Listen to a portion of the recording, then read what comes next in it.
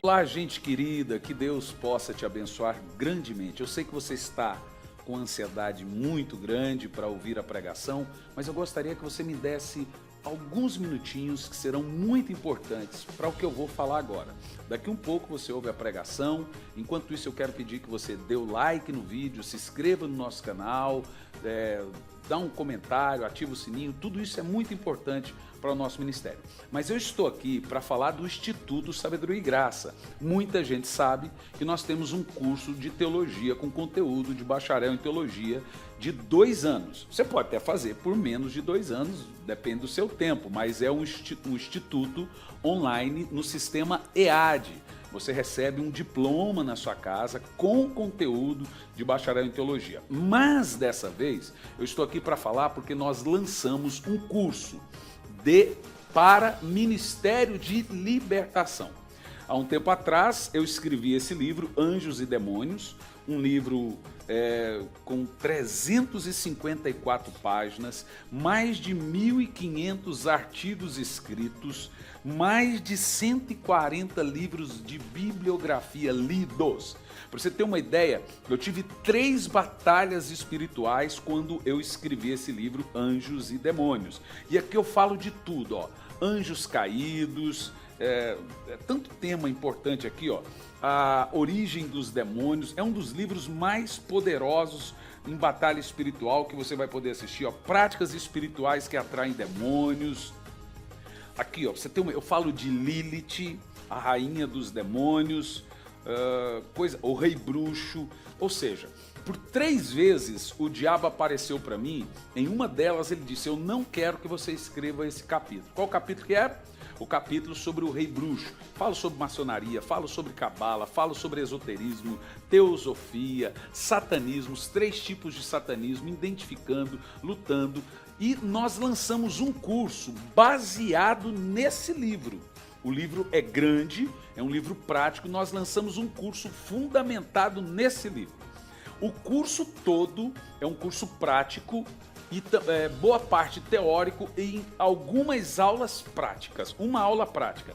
Para que serve essa aula prática? Uma vez eu fui numa igreja e caiu um monte de demônio, gente endemoniada, e os obreiros começaram a dar bibliada, segura a pessoa de qualquer maneira, outros puxavam pelo cabelo. Então eu falei assim, meu Deus, que falta de treinamento. Então essa aula prática é um treinamento que a gente dá para ensinar as pessoas aonde segura alguém quando ela cai possessa de demônio, ensinar as pessoas.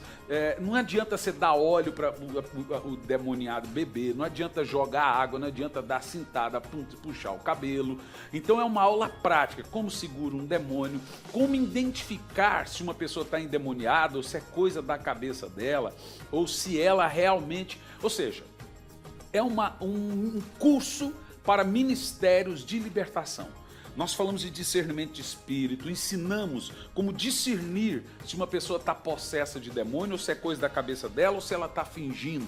E também a aula teórica e as aulas teóricas e a aula prática.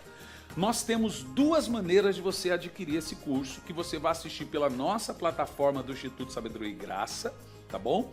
E tem 2 maneiras de você adquirir o curso. O curso sem um livro é um preço e o curso com o livro é outro preço. Tá tudo aí no rodapé do seu vídeo. Você pode adquirir isso pelo cartão em até 12 vezes o curso todo com o livro, tá bom? Se você adquirir com o livro, evidentemente, se você adquirir com o livro, chega na sua casa o livro, o correio é por nossa conta. Se você adquirir sem o livro, você vai adquirir isso pagando no cartão, evidente, e em 2 vezes no boleto. Será uma bênção que você não pode perder. Eu quero lançar você esse desafio. Me permita, antes da pregação, lançar você esse desafio, porque é muito importante para o seu crescimento espiritual esse curso para o Ministério de Libertação, esse curso de Ministério de Libertação, formando libertadores. Acesse o site, está aí no rodapé do seu vídeo, sabedoriagraca.com, tá bom? Para você poder se inscrever e ter acesso ao curso. Ou tem um WhatsApp aí agora no rodapé do seu vídeo, que você pode tirar qualquer dúvida que você tiver. Então, não pergunte aqui no YouTube, não faça a sua pergunta aqui no comentário do YouTube. Faça a sua pergunta no rodapé do seu vídeo, o WhatsApp aí, e aí você vai tirar todas as dúvidas, tá bom? Vamos à pregação, será tremendo que Deus falará ao seu coração. João capítulo 21, no versículo 16.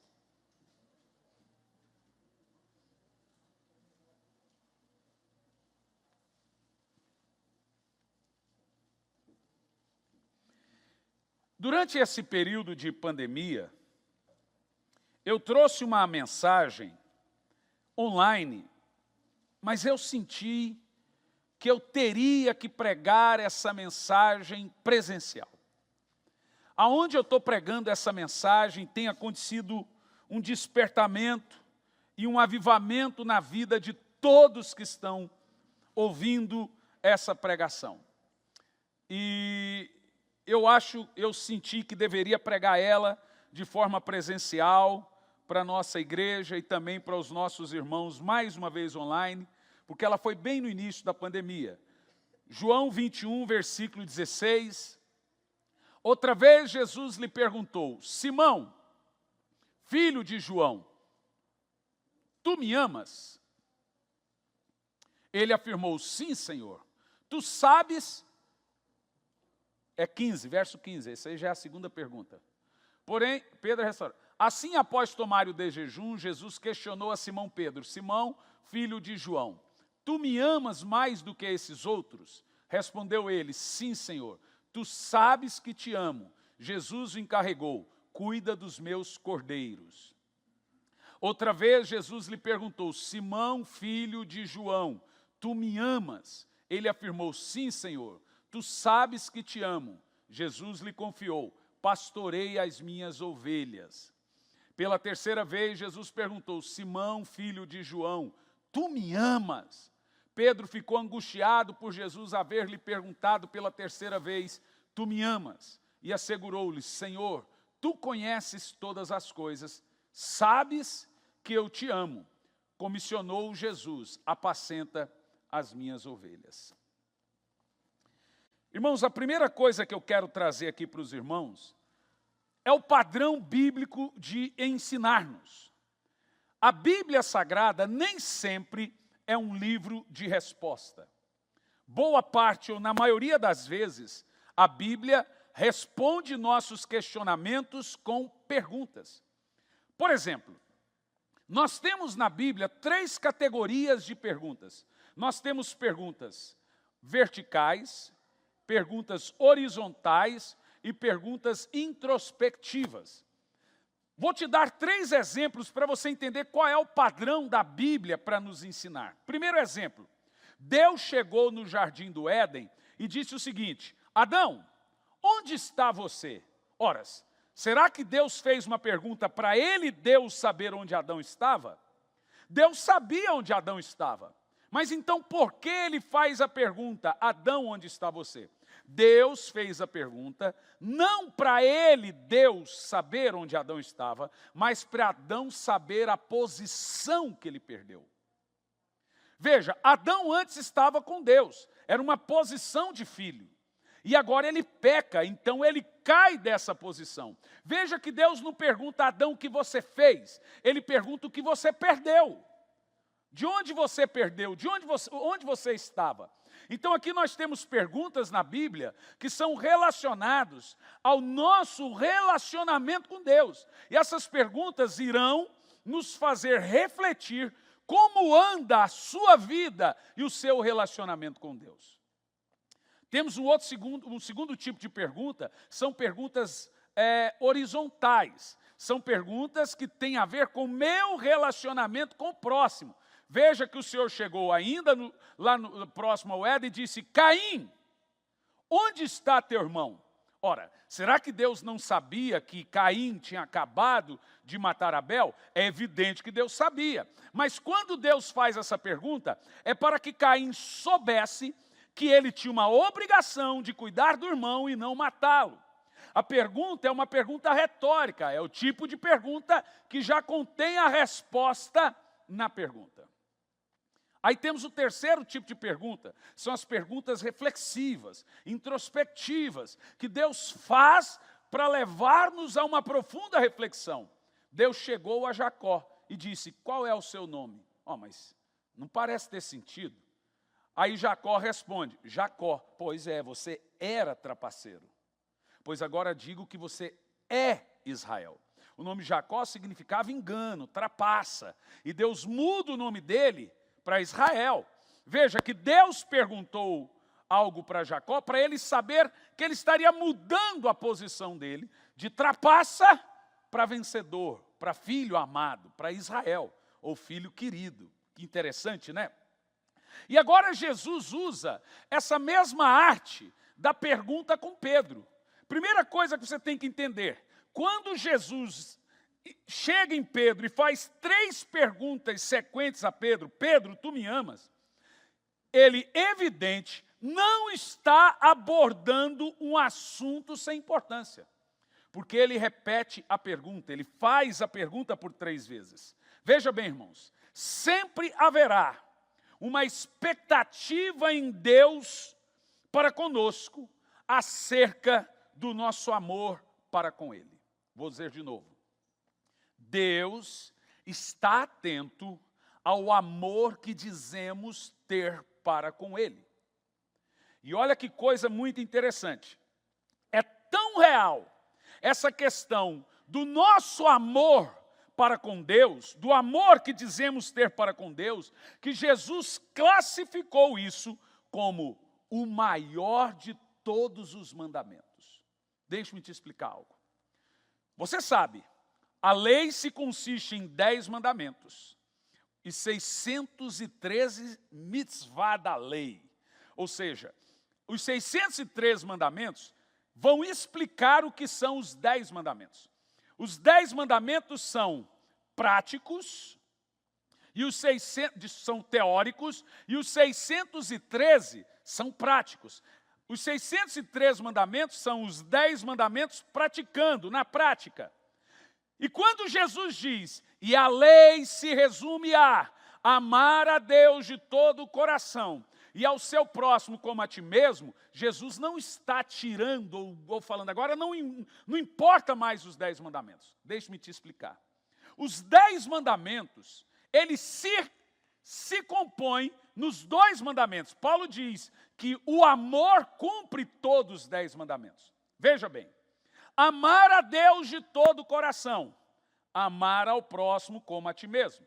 Quando você vai nos 10 mandamentos, você vê que nos 10 mandamentos, 4 mandamentos são objetivos, 6 mandamentos são subjetivos, 4 são positivos, 6 são negativos, 4 são relacionados a amar a Deus de todo o coração, 6 são relacionados a amar o próximo como a ti mesmo. Dos 4 primeiros mandamentos, ali nós encontramos o que é amar a Deus de todo o coração. Começa ali, não terás outros deuses além de mim. Não farás imagem de escultura. Não tome o nome do Senhor em vão. Guarde o dia de sábado.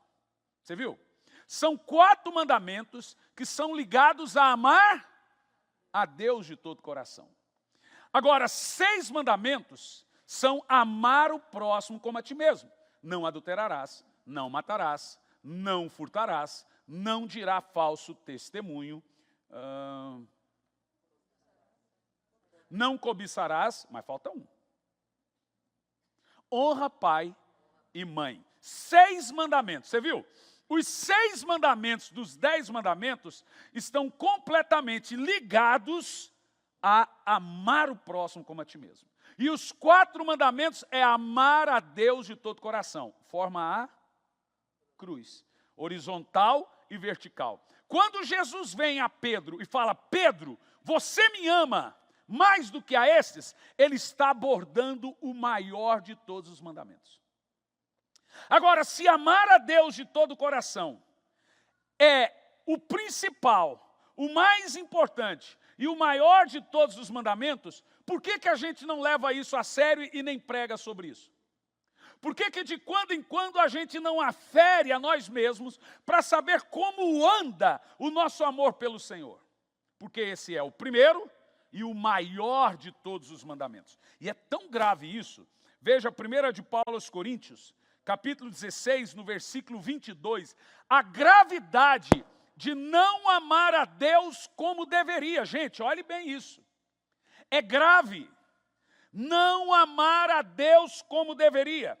1 Coríntios 16, versículo 22. Se alguém não ama o Senhor. Agora, olhe bem isso. Se eu sair por aí e dizer, você ama a Deus? Até quem não é ateu vai dizer que ama. Todo mundo diz que ama o Senhor. Mas é evidente que o apóstolo aqui não está falando do amor que você diz que tem. Se alguém não ama o Senhor, como? Do jeito que ele espera, do jeito que a Bíblia conta, seja ele amaldiçoado. Agora olha bem, veja que um cristianismo sem um profundo amor pelo Senhor, em vez de você entrar num lugar de bênção, você encontra um lugar de maldição. Eu olhando esse texto, eu percebi por que a vida de muitos cristãos estão numa derrota sem fim. Porque eles têm uma vida religiosa e não uma vida apaixonada por Jesus. O apóstolo diz, se alguém não ama o Senhor Jesus, mas que amor é esse? Já vamos falar. Que seja amaldiçoado. É evidente que ele não está falando para o não crente. Ele está falando para nós. Aquele que diz que ama a Deus. Ou seja, quando Jesus pergunta a Pedro, Pedro, tu me amas mais do que a esses? É esse tipo de amor que ele está querendo ouvir da boca de Pedro. Agora vamos lá entender uma coisa muito importante aqui. Irmãos, se nós tentarmos ter um relacionamento com Jesus sem esse amor que a Bíblia espera, e eu quero que você entenda isso nessa manhã, tudo na sua vida vai dar errado. Tudo. O problema é que todo mundo imagina que bênção é ter dinheiro. Se a vida financeira está boa, o cara pensa que está tudo bem. Prosperidade não é só prosperidade financeira, é também prosperidade financeira. É a família, é a saúde, é a espiritualidade. A Bíblia chama isso de alma próspera. Alma próspera é quando tudo vai bem. Quem quer ter uma alma próspera aí? Em primeiro lugar, vamos lá, o motivo da pergunta de Jesus. Tu me amas? Você parou para pensar por que Jesus faz esse questionamento a Pedro? Que engraçado isso.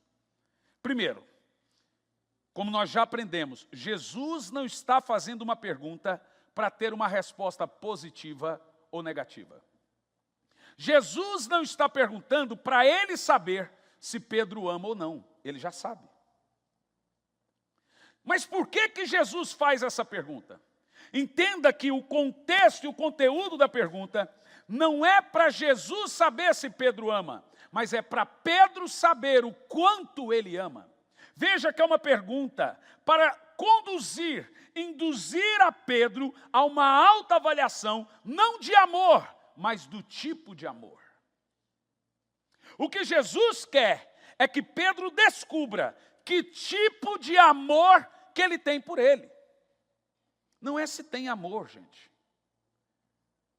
É o tipo, a profundidade, o tanto do amor, o como nós amamos o Senhor. E por quê, irmãos?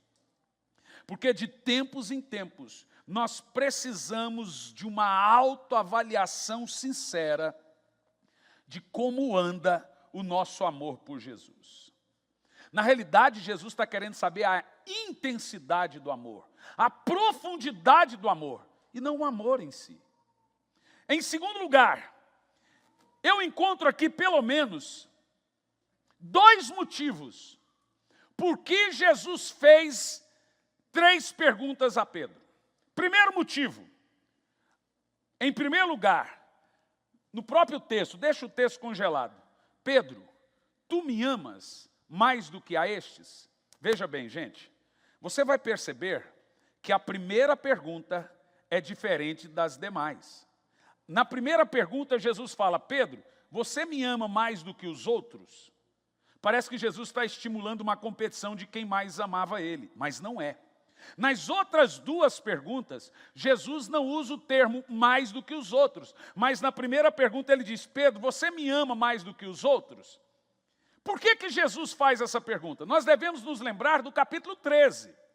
Você se lembra que Jesus estava na ceia, preste muita atenção, e agora está todo mundo ali feliz da vida tomando a ceia com Jesus, e de repente Jesus joga um balde de água fria e diz assim: eu digo que um de vocês aqui dos 12 vai me trair. E o que eu acho interessante é que quando Jesus diz isso, acho que foi todo mundo olhou assim, um para a cara do outro: você é traidor, você é traidor, você é traidor. Mas o que mais me assusta é um discípulo, cada um deles olhar para Jesus e dizer: sou eu, Senhor? Ô gente, não faz sentido um negócio desse. Então a minha esposa falou: eu tive um sonho que eu sou traída. E eu olho para ela e falo: sou eu? What? Gente, espera lá. Não faz nenhum sentido os discípulos olhar para Jesus e dizer: eu vou te trair, Senhor? Ah, vá se catar. Se você não sabe se você é fiel a mim, você não é.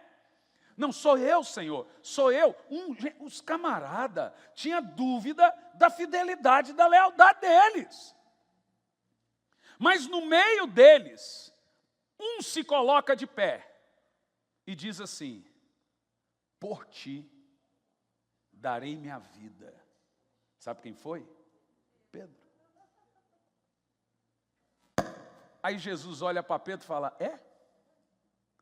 Ele fala com a carinha assim: é? Você vai dar a vida? É, vai, vou dar a vida. Ah, vai. Pois eu vou te dizer uma coisa, Pedro. Antes que o galo cante, por 3 vezes me negarás. Aí eu acho que Pedro surtou. Falou: eu só estou falando que eu vou dar a vida, Pedro, o senhor só está falando que eu vou te negar? Pois você vai me negar, vai me trair também. O que acontece? Acontece que Jesus é levado para o Gólgota e Pedro vai acompanhando ele na espreita. Aparece uma mulher. Você estava com Jesus? Eu não. Primeira vez. Um homem. Eu te conheço, é discípulo. Eu não. Na terceira vez, uma outra mulher. Você é discípulo sim, porque você vendia peixe para mim.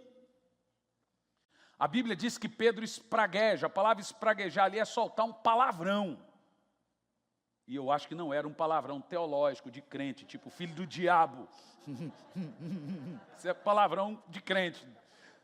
É xingamento teológico, filho do capeta, sabe como é que é, não? Pedro espragueja e o galo canta. Agora, o que Jesus vem falar com Pedro ali é meter o dedo na ferida. Ei, Pedro, vem cá. Você ainda está disposto a dar a vida por mim? Você me ama mais do que os outros, porque você disse que amava. Mas nenhum, tirando Judas, eles não me negaram. E você negou. Gente, se Pedro, que cortou a orelha de Malco, se Pedro, que disse que daria a vida por Jesus, o negou, quanto mais a nós devemos avaliar o nosso amor pelo Senhor. A coisa é tão grave no cristianismo hoje sobre fidelidade cristã a Cristo, a Deus, porque tem fidelidade cristã a homens, mas eu estou falando a Deus, a amor profundo, singelo, genuíno, que tem uma pesquisa no YouTube de um camarada crente, e ele fingiu que estava fazendo um censo de IBGE, sei lá o quê, e ele queria diminuir o número de crentes na pesquisa.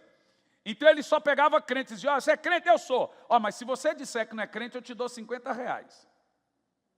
E tudo filmado. Está no YouTube. Gente, 90% dos crentes pegaram o dinheiro. Não sei nem se é 50 ou 20. Quem viu aí, me ajuda aí. 20? Misericórdia. 20, é menos de 50. Como que esses crentes podem dizer que estão dispostos a sofrer, morrer por Cristo, se vende uma confissão por R$20? Só o que nós temos hoje são cristãos que vendem a sua fé por prata e lentilha, vendem a primogenitura, por um prazer, vende o seu cristianismo, dizem que ama a Deus, mas vivem um estilo de vida como se Ele não existisse. Esse sim é um cristianismo religioso. Se Pedro, discípulo. Caiu no laço da traição e da negação. E nós, gente? Por isso que Jesus veio a Pedro e disse: você me ama mais do que os outros. Em segundo lugar, a avaliação do tipo de amor. O que temos em questão aqui não é o amor em si, mas o tipo do amor. Veja bem, qual é o tipo de amor que você tem pelo Senhor? Não, amor é amor. Para nós, no Brasil, amor de gente para cachorro é amor. Amor de quem vai para o motel trair é amor, por isso fala Zé amor. Amor de pai para filho é amor, de mãe para filho é amor, de marido para mulher é amor, de namorado é amor. Mas na Bíblia não. Na Bíblia, cada amor tem uma definição. Quando Jesus fala com Pedro, ele está falando do tipo de amor. E para nós importa o que Jesus está falando. Por exemplo, nós temos na Bíblia 4 tipos de amor. Um deles é o amor estorge, que a Bíblia chama de amor familiar. É o amor que a mãe sente para o filho pelo o pai, etc. Por isso que não dá para comparar amor de marido com esposa e de mãe para filho. É outra coisa. A Bíblia separa o perfil e como se ama. Cada tipo de amor é um jeito de amar.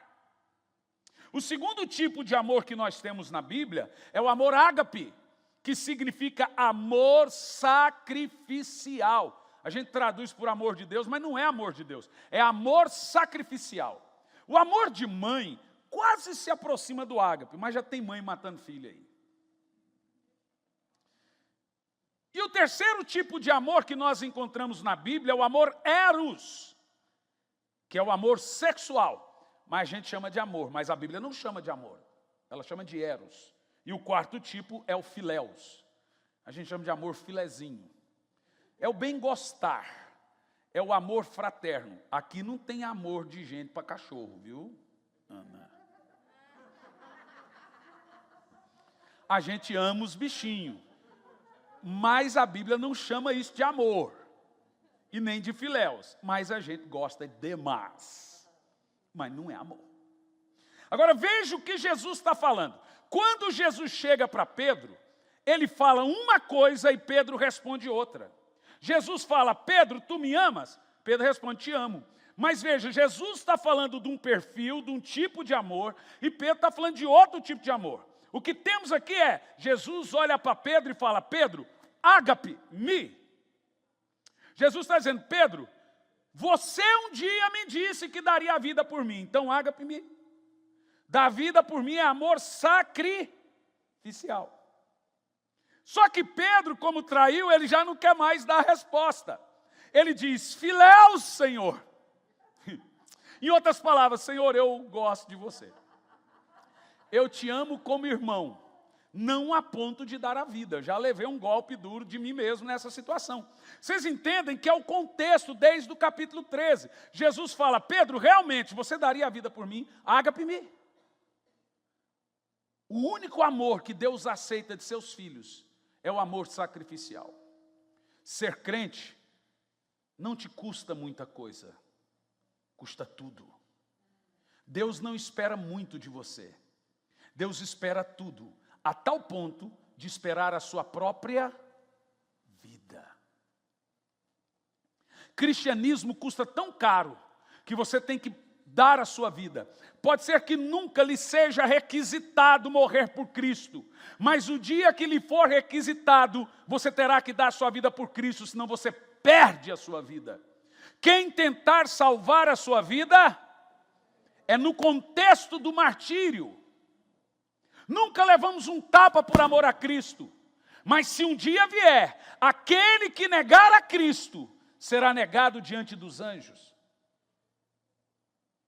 O chamado inicial do cristianismo é morrer. Jesus disse: vocês serão mortos por minha causa, perseguidos, irão sofrer injúria, e etc, etc. Aqui ainda não. Mas em boa parte dos países, na janela 10x40, preguei recentemente uma mensagem sobre isso, está aqui a missionária Lia, que conhece todo o contexto de missão. Nós sabemos que toda a pessoa que se converte do cristianismo, ele já está pronto para morrer. Quem não está pronto para dar a sua vida por amor a Cristo, não pode se considerar um cristão ainda. Mas como nós estamos prontos para dar a vida por Cristo, se não aguentamos vencer nossas tentações? Se não conseguimos ser crentes de fato num país livre?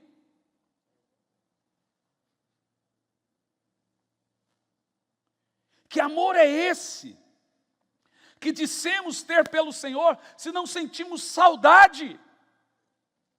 Gente, eu nunca vi. Olha, eu completo esse mês 35 anos, né, minha sogra? 30 e poucos anos eu completo esse mês.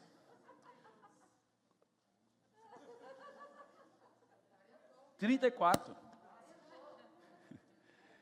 40 anos. Eu sei que não parece, é evidente. Mas, desses 40, gente, 23 anos de ministério. Eu nunca vi a igreja de Jesus tão fria como estou vendo de forma geral. Eu realmente, quando começou essa história, falei, meu Deus, vai acontecer um avivamento, vai terminar, vai ter fila.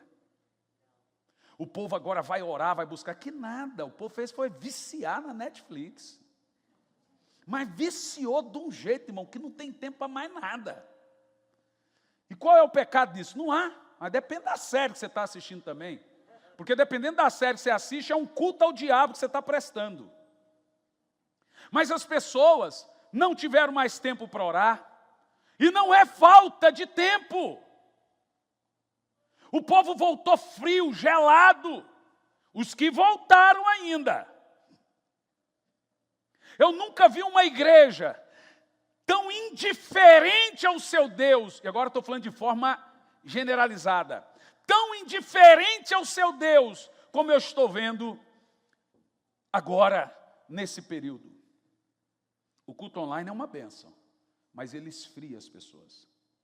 E esfria muito. Não é a mesma coisa.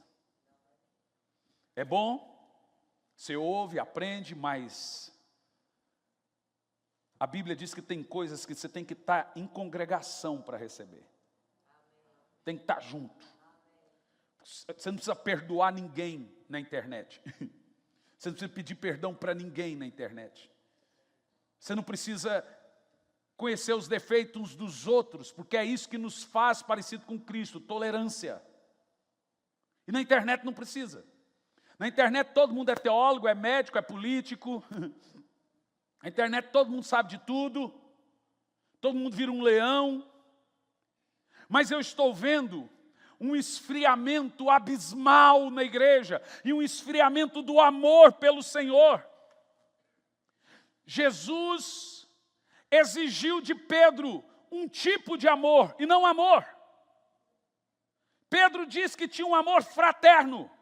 Jesus exigiu um amor sacrificial. Quando a Bíblia diz, se alguém não ama o Senhor, seja amaldiçoado, é o amor ágape. É o amor sacrificial. É o amor de dar a vida pelo Senhor. Na segunda vez, Jesus volta a repetir, Pedro, daria ou não a vida por mim? Ágape-me, Pedro. Pedro responde, Senhor, filéus. Na terceira vez, Jesus muda a pergunta. Ele fala, tá bom, Pedro. Pedro, filéus-me. Aí Pedro ficou triste. Sabe por quê? Porque agora Jesus lembrou Pedro da traição. Aí Pedro se entristeceu e falou, eu sei onde o Senhor quer chegar. Mas tu sabes, o Senhor sabe que eu te amo. Agora nós passamos uma trajetória de crise na vida de Pedro. Pedro não amava Jesus ainda de forma sacrificial, gente. Eu acho que não só ele, nenhum discípulo. Seja honesto. Você acha que nós temos uma porcentagem gigante e grande de crentes que ama Jesus de forma sacrificial? Porque vender Jesus por um prato de lentilha não é só fazer como gente, não, eu não sei quem é Jesus, negar não. Tem muita gente desviada na igreja. Ele vem ao culto por religiosidade, para a mente dele dar uma aliviada. Mas a gente vende Jesus quando a gente dorme com a namorada, é prato de lentilha. A gente nega Jesus. A Bíblia diz que o casado cuida das coisas de casais, os solteiros cuidam das coisas do Senhor. Por isso que eu vou pôr o point para fazer toda o devocional no período de avivamento, nas madrugadas. Vão receber mais do que a gente.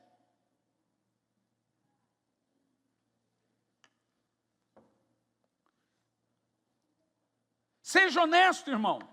Faça agora, nessa manhã, uma avaliação sincera, humilde, de como anda o seu amor pelo Senhor.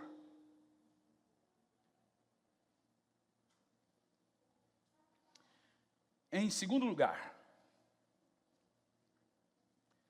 muitas vezes nos decaímos do amor para com Deus. Todo mundo, quando se converte, ele se converte com o primeiro amor. Esse é o amor que faz você dar vida por Jesus. Mas ao passar dos anos, a gente vai se tornando religioso e nos decaindo do amor. Quem entende o que eu estou falando? Agora escute bem isso. Muitas vezes, não só achamos como Pedro, que amamos o Senhor, quando o nosso amor não é suficiente. Vou dizer de novo. Deus não aceita nenhum tipo de amor que você tenha para com Ele, que não seja amor ágape. Deus não quer que você goste dEle. Deus não quer que você tenha um amor familiar com Ele. O cristianismo, ele se tornou um cristianismo besta. Ontem a Amanda me mandou uma música, eu fiquei louco, gente, eu fico possuído. O cara falou assim, vai sentar, eu vou sentar no colo dele, vou passar a mão na barba dele. Aí Deus olha e fala assim, meu Deus, como são moleque meus filhos. E eles chamam isso de amor.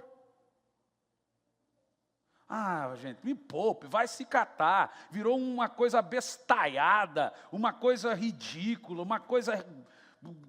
É um cristianismo... Sabe, do que é o mundo hoje. Você imagina o cara chega na igreja, não é crente, e vê o cara cantando assim, vou sentar no colo dele, vou passar a mão na barba dele. Ah, gente, vai se catar, vai crescer. Vai usar a Bíblia para compor música, meu filho, cidadão, meliante. Você vê, é um cristianismo mimizento. Um cristianismo sem essência, um cristianismo sem Bíblia, sem profundidade.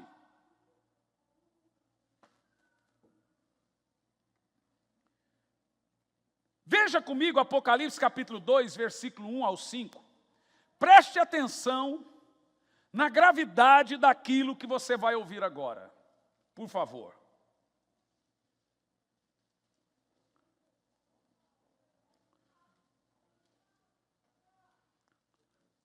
Ao anjo da igreja em Éfeso escreve, assim declara aquele que tem as 7 estrelas na mão direita e anda no meio dos 7 candelabros de ouro. 7 estrelas são 7 pastores, 7 candelabros são 7 igrejas. Conheça as tuas obras, tanto o teu trabalho árduo como a sua perseverança. Preste atenção aqui, deixa congelado. Essa carta é para a igreja de Éfeso. Quem era a igreja de Éfeso? Éfeso era uma cidade que ficava a 16 quilômetros de Atena, próxima a Corinto. Paulo abriu a igreja em Éfeso. A igreja de Éfeso teve 3 pastores, Paulo, Timóteo e João. Do Apocalipse, só isso foram os meus pastores. Olha, quem são os seus pastores? Paulo, Timóteo e João. E a igreja de Éfeso viveu o 3º avivamento da Bíblia. O primeiro foi o Pentecoste, o segundo Samaria, Éfeso o 3º. Samaria, Filipe ganhou toda a cidade, em Éfeso, Paulo ganhou toda a cidade. Éfeso viveu um avivamento tão poderoso que as roupas de Paulo, ele cortava pedaço e mandava levar para os doentes eram curados. Só que 50 anos depois, olha o que o Senhor fala para Éfeso. Gente, não é 2000 anos depois igual a gente, não. É 50. Veja que decair do amor é uma coisa imperceptível. Frieza espiritual é uma coisa inconsciente. Às vezes você pensa que você está bem com Deus, mas você já decaiu da sua paixão pelo Senhor, da sua espiritualidade há muito tempo. E você entrou num círculo religioso de igreja e etc. E vai no culto, canta e pensa que ama o Senhor. Mas olha o que o Senhor fala para a igreja de Éfeso. Conheça as tuas obras, o teu árduo trabalho, tua perseverança. Só elogio agora. E que não podes tolerar pessoas más. Olha que igreja boa. E continua. E que puseste à prova aqueles que a si mesmos declaram apóstolos, mas não são. Uma igreja perfeita. E descobristes os impostores. Tens perseverado e suportado sofrimentos de toda espécie, por causa do meu nome, mártires.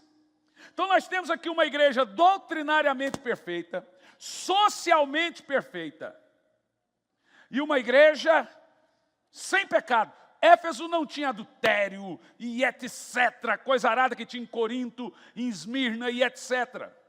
Desculpe, Esmirna não. Em outras igrejas. Éfeso, o problema de Éfeso não era pecado moral. Tem gente aí na internet batendo em outras pessoas por causa da moralidade. Quando Lúcifer caiu do céu, ele não caiu porque adulterou. Ele não caiu porque roubou. Ele caiu porque se rebelou. E quando Judas ficou endemoniado, ele não caiu no chão rosnando feito um demônio. Ele foi lá e vendeu Jesus. Nós perfiguramos certas situações na nossa mente. Cair é adulterar, cair é beber, é torcer para o Corinthians, para o Atlético. Para o coxa, então, nem se fala, é uma queda terrível. Então, cair é uma coisa grotesca, moral, mas o simples fato de não pagar suas contas é cair. Tem gente aí expondo pastores na internet por causa de crimes sexuais, o que é grave. Mas está devendo milhões. Gente quebrou por causa de dívida deles. É desvio moral. Então deixe-me dizer uma coisa. Por que Jesus vem a Éfeso, contra Éfeso? Não é por causa da heresia deles, não é por causa do pecado moral deles, porque tinha...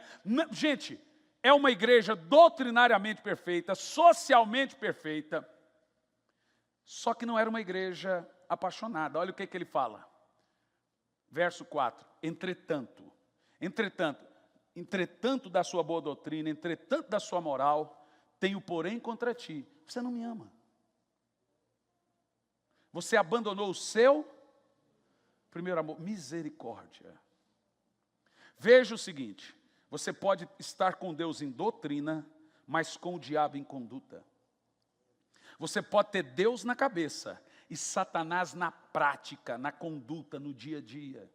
Você pode ter convicção de todas as verdades e ainda assim praticar as diabólicas. Você pode andar com Deus teologicamente e com o diabo eticamente. Essa é uma geração tão débil mental que os profetas viraram patetas. Quem deveria estar pregar está entretendo. Quem deveria estar pregando arrependimento está fazendo os pecadores rirem e ir para o inferno rindo. Vai rindo, vai para o inferno, vai rindo, vai. De profetas a patetas. Olha o que nós viramos. Um povo sem fogo. O nosso coração não queima por Jesus. Não é como os discípulos do caminho de Emaús. Queimava o nosso coração enquanto ele falava.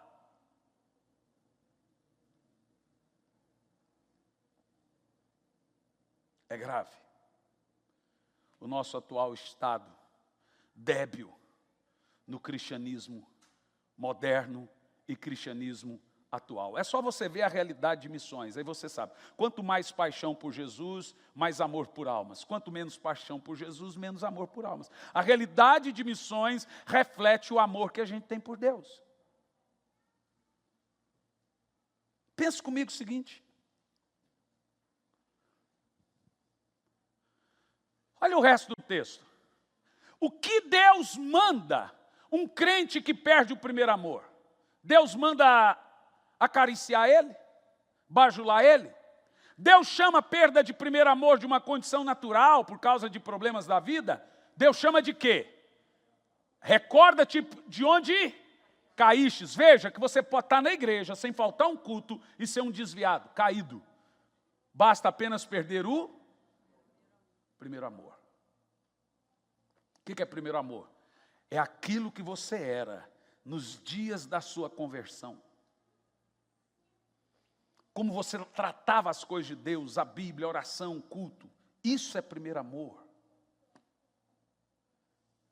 Primeiro amor é quando a sua família chega, agora ficou besta, só quer saber de igreja.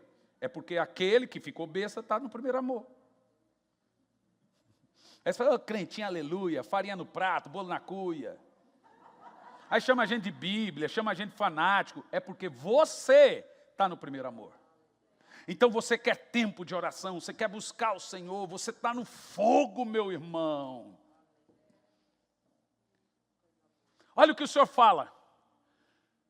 Lembra o que fez você perder o seu amor por Jesus. O primeiro amor. Por que você esfriou, irmão? O que levou você a esfriar? Ah, pastor, é porque agora a Flor de Lis deu 30 tiros no marido, deu veneno para ele morrer, porque tinha não sei o que lá e etc. A sua fé era fundamentada na Flor de Lis? Não, mas o pastor Everaldo era no pastor Everaldo. Não, mas o espírita, era o espírita. O padre que roubou. Ó, nós tivemos nessa pandemia ateu pedófilo, espírita preso, padre preso, pastor preso, cantora gospel preso. Não é, o problema não é a religião, é o caráter.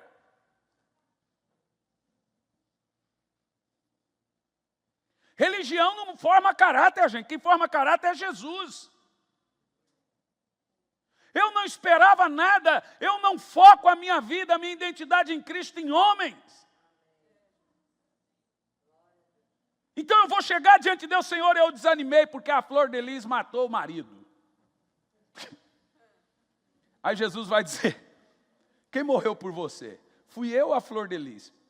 Não, foi o Senhor. Então, pois é, quantas vezes eu menti para você? Quantas vezes eu te desapontei? Pois bem, fulano escandalizou, mas foi a mim que você abandonou. Irmão, isso é só desculpa que esse povo esperava. Porque quem ama o Senhor, Ele quer que o seu coração seja aquecido. Irmão, até nós, às vezes, esfriamos. Até nós. Mas não é uma condição aceitável. Deixa o texto, olha o que o Senhor diz. Lembra o que fez você esfriar. Por que você está frio? Pastor, eu estou frio porque o pastor Lorival deixou o ar muito gelado.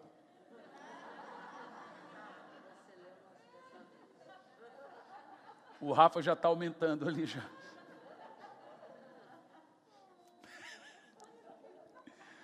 Mas pastor, que isso, gente? Se vocês gostassem de ar-condicionado, o Rafa quer mostrar que está funcionando. Hein?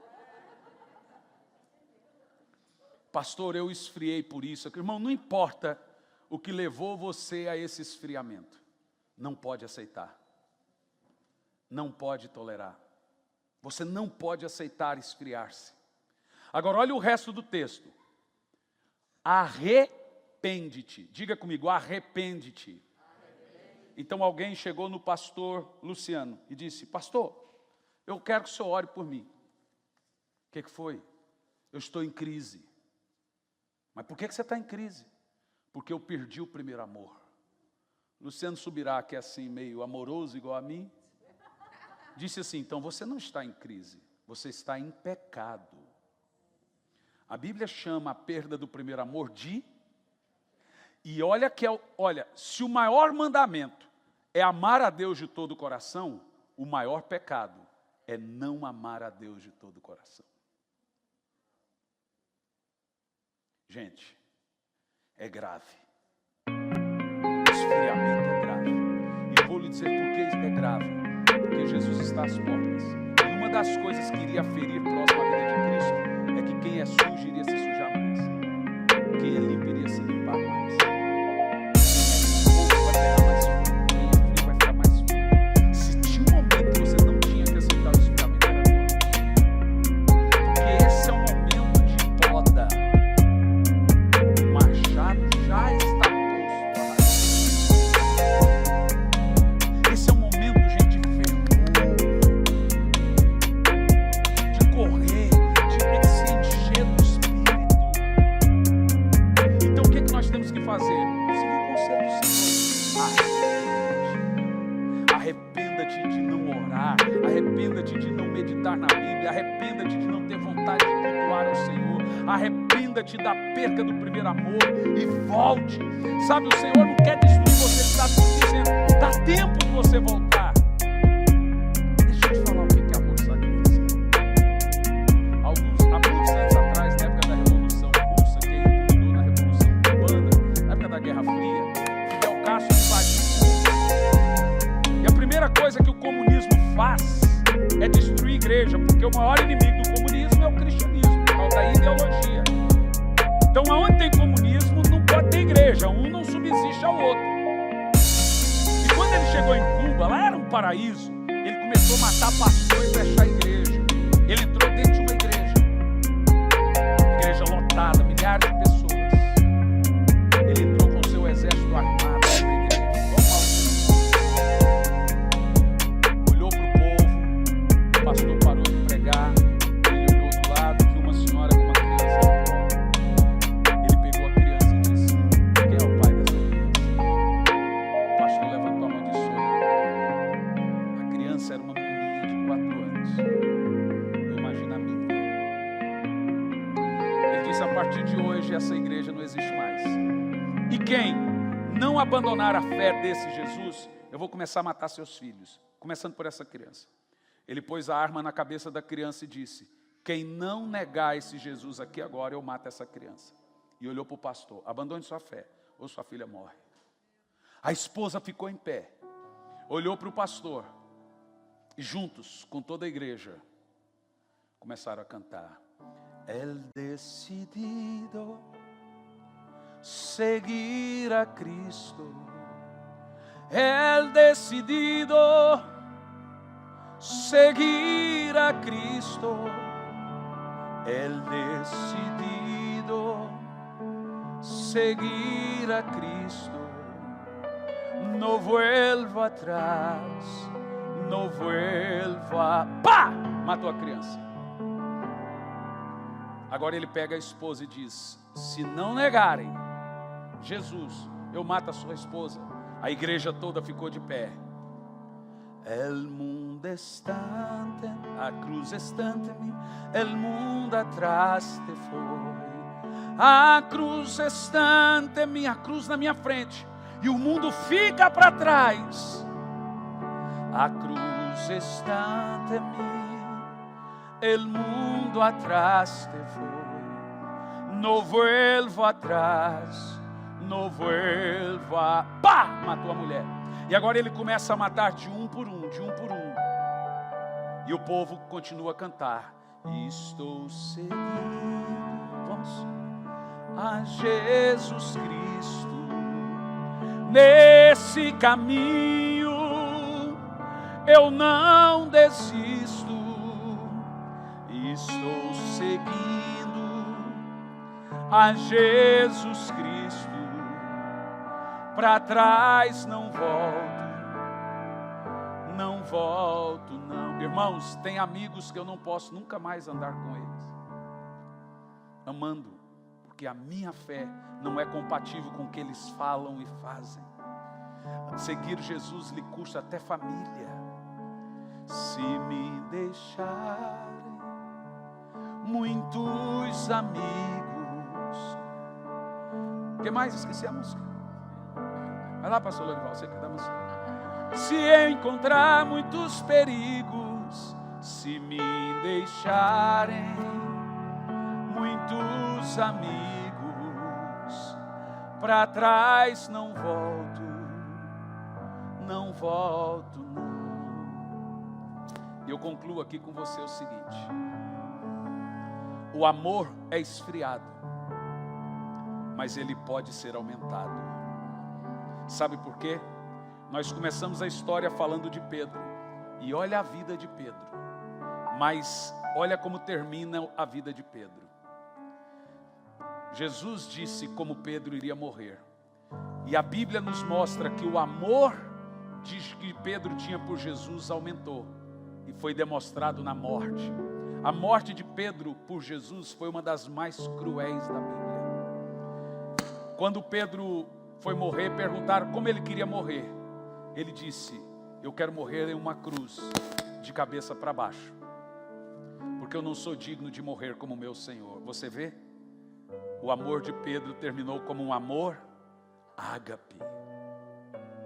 Irmãos, eu arrepio inteiro. Está chegando a hora que nós seremos colocados à prova quanto ao nosso amor pelo Senhor. Não esfrie, porque pode custar a sua alma. Deus nos enviou mecanismos para estarmos fervorosos: oração, jejum, leitura da Bíblia, culto. Essa semana ela é muito importante para nós. Todos nós vamos jejuar, ou até meio-dia, ou até as 14, ou até as 16, você sabe. E na sexta-feira nós teremos 24 horas de busca, e o nosso único clamor: aviva a tua igreja, Senhor. Aviva o teu povo, Senhor. Mas eu concluo aqui fazendo uma pergunta: pastor, eu sou honesto e sou humilde, eu dei uma esfriada, mas eu quero que o Senhor derrame no meu coração a paixão incendiada ou incendiária por Jesus. Eu quero que o meu coração esteja pegando fogo por Cristo. Seja honesto, não fique preocupado, porque em tudo que a igreja onde eu preguei isso, 99,9% ficou em pé dizendo ter esfriado. Quem aqui esfriou, mas quer voltar a ser aquecido pelo fervor do Espírito Santo, fique em pé que eu vou orar com você. Fique em pé. Fique em pé.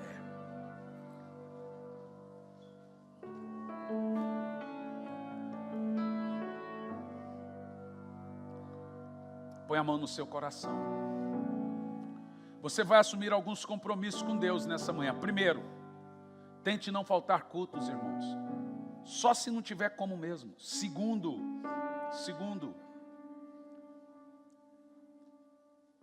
faça os seus compromissos espirituais com Deus. Leitura da Bíblia, oração, esse jejum. Durante a semana, nessa semana de avivamento. Mas eu creio, esse lugar aqui vai ficar pequeno logo. É claro que vai. Eu não estou falando do distanciamento. A hora que voltar ao normal, nós já vamos ter que voltar com 2 cultos. Porque o Senhor vai nos mandar muitas almas, muitas vidas. Senhor, eu oro pelo seu povo, Pai. Eu oro pela sua igreja, Pai. Irmãos que deram uma esfriada, mas querem aquecer, querem estar quentes, fervorosos no Espírito.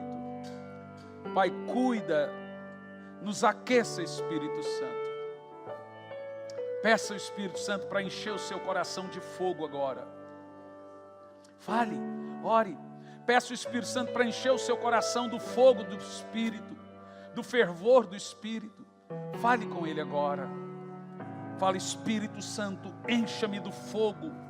O fogo do Espírito Santo em você é o amor que você tem por Jesus. Fala: Senhor, eu não aceito a minha condição de frieza espiritual. Briga aí com isso agora. Fala: Senhor, eu não aceito a minha condição de frio espiritualmente.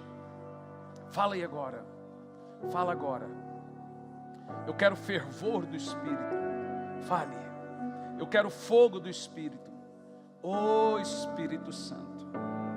Ô Espírito Santo. Ô Espírito Santo. Nós te amamos, Senhor.